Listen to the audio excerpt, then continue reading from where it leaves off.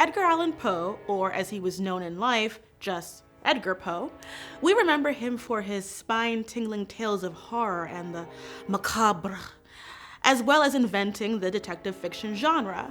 But unlike many of the great authors of Western classic literature, he's become an icon unto himself, recognized to this day by name arguably as much as the titles of his stories and poems. Aside from the odd raven or black cat, none of this stuff features any characters from his stories. It's the cult of personality of the man himself that has stuck most in popular consciousness. But why? Poe lived in many places during his short 40 years on this cursed planet, and he is claimed as a famous historical resident of Boston, Richmond, Baltimore, New York, Sullivan's Island, Philadelphia, London, and even Scotland. So there is this feeling of collective ownership for many. Baltimore even named their football team the Ravens after Poe's poem, and maybe that's why their Super Bowl championships are nevermore. It's no secret that Poe had a difficult and tormented life, a starving artist who could never catch a break, making a pittance on his writing no matter how popular it was. And people vibe with a sad boy. Look at Jack Skellington, and just look at him. But was he really that sad? Like this picture, for instance. Of all the many portraits of him that were taken during his life, the one taken right after his suicide attempt has become the most ubiquitous. It is unquestionably the worst photo of him that exists. After Poe died from what many people believe now was a brain tumor, this was the image that was pushed into the public by his literary enemies. Seriously, this guy had a list of nemesis a mile long. It's basically like the press using his mugshot to make him look bad.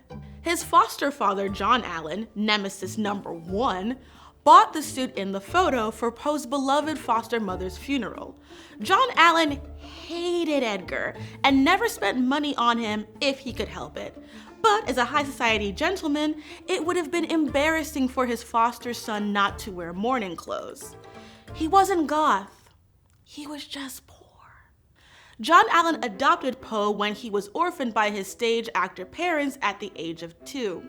Allan was one of the wealthiest men in Richmond and raised Poe to be a society gentleman who was expected to live a certain lifestyle or else shame the whole family. But John Allan also refused to adequately support Poe financially, repeatedly setting him up for failure. He sent Poe off to university without enough money to pay for his classes, so Poe had to drop out. When Poe joined the army to follow in the footsteps of his renowned military grandfather, Allan helped Poe enroll at West Point, but did not provide Edgar with the means to actually acquire the education, so Poe was dishonorably discharged. But why would the man who raised him hate him so much?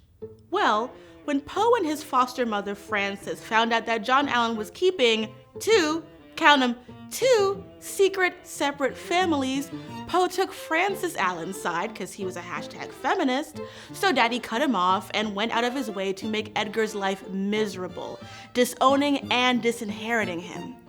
Says Harry Lee Poe, former president of the Poe Foundation and a family relative, Poe never signed his name Edgar Allan Poe, nor did any of his writings in his lifetime appear with this name. He used the initial A, but never the name of John Allan. The reason we remember him as Edgar Allan Poe now is thanks to his greatest nemesis of all, Rufus Griswold. These two men had once been amicable colleagues, but after Poe gave Griswold's writing a lukewarm review in a literary magazine, Griswold had it out for Poe for the rest of eternity. As soon as Poe died, Griswold released a scathingly slanderous obituary depicting Poe as a raving madman doomed to hell, which is a lot. As Kent Youngquist put it in the Cambridge Companion to Edgar Allan Poe, the obituary was a combination of half-truths and outright fabrications about Poe's personal habits and conduct. Griswold's portrait, in which Poe's role as a critic was relegated to that of a dissector of sentences, almost irrevocably damaged his reputation. Griswold also conned Poe's mother-in-law into turning over all of Poe's writing To him, he published Poe's collected works with an introduction that slandered him terribly, and then kept all the money for himself. Poe's family never saw a dime. To again quote Harry Lee Poe, Griswold stated that Poe's stories were largely autobiographical. While many of Poe's love poems were clearly inspired by events in his own life, Griswold suggested that Poe's horror and terror pieces were as well.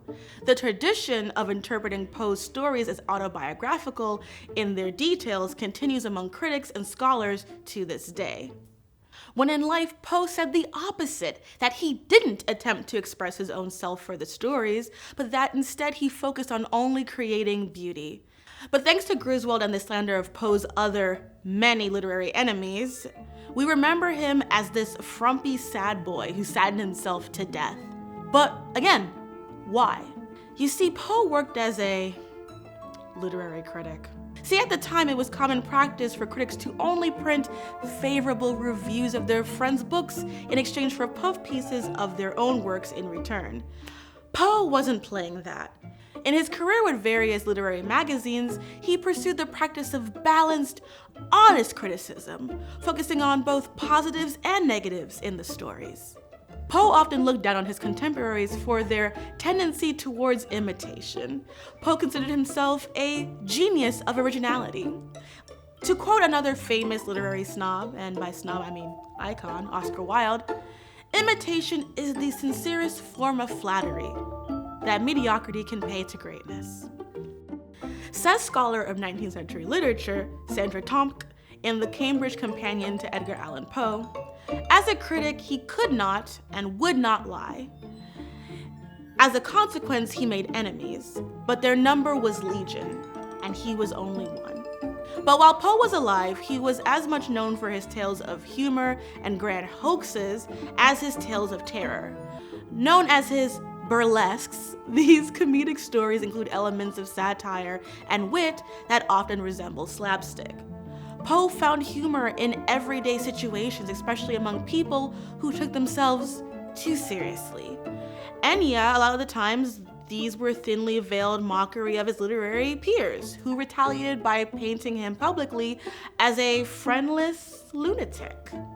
Says Robert T. Talley, Jr., professor of English at Texas State University, go Texas, one could make the case that Poe was primarily a humorist, if sometimes a black humorist, and that his tales of terror or mystery were secondary to the main body of his collected works. But as Lee Poe says, his humor does not survive today because it's usually dependent upon the reader's familiarity with a timely situation he would satirize. Poe probably suffers from this misconception of his body of work more than any other American writer, because the middle school and high school American literature anthologies tend to select a few of his most gruesome stories for their young audience. These gruesome stories included his famous tales of the Arabeque and the grotesque. Poe elevated the horror genre, changing it from the common petty dreadful blood and gore to something deeper. His stories and poetry explore themes of the alienation of loss, the question of life after death and the existence of God, the power of love over death, the human race's capacity for evil and cruelty, the irrationality and irony of vanity, pride, jealousy, guilt, revenge, both legal justice and a universal cosmic metaphysical justice, as well as science as both a danger and a guide to spiritual truth. Poe was also a pioneer of science fiction, inspiring the likes of H.G. Wells and Jules Verne and many other giants of the genre. Not as many as Mary Shelley, but we can give him credit where credit is due. He wrote stories of air travel across the Atlantic and to the moon, of dystopian futures and of the exploration of the line between life and death, adventures beyond the boundaries of the known world, and the sentience of matter and the relativity of time and space. When acknowledging his own debt to Poe's influence, author Ray Bradbury said, "Poe's influence on the modern short story is unmatched in English and American literature. He gave it style, organization, dignity, and meaning, and set it on the road to becoming one of the most challenging forms of fiction a writer can attempt. He gave us a twist on first-person narrative, the unreliable narrator. He upended the concept of the morality tale. In his day, it was often insisted all stories have a moral. But Poe said, beauty is the sole legitimate province of the poem. He criticized his peers for their insistence in teaching didactic moral lessons and mocked them in satire. Poe's extensive work as a literary critic also forced him to reflect on his own writing. He revised many of his most famous works multiple times and republished them. We remember Edgar Allan Poe the way we do in large part because he was the victim of malicious posthumous branding. But he was so much more than a sad boy with a bad, terrible, no-good portrait. Of course, his horror stories and poems were influential, but he had much more impact on other genres in a way that is rarely discussed. Plus, despite his enemies trying to ruin and bury his legacy, I have never even heard of that Griswold dude until I wrote this video script. To quote The Raven, haters gonna hate. Before you go, we here at It's Lit are launching a podcast hosted by the amazing Princess Weeks, that's me. It's Lit Unabridged features your favorite literature topics and thoughtful, funny conversations with amazing authors. It's basically like joining the best book club ever, but without actually having to read anything. Check out the It's Lit podcast in the link in the description below.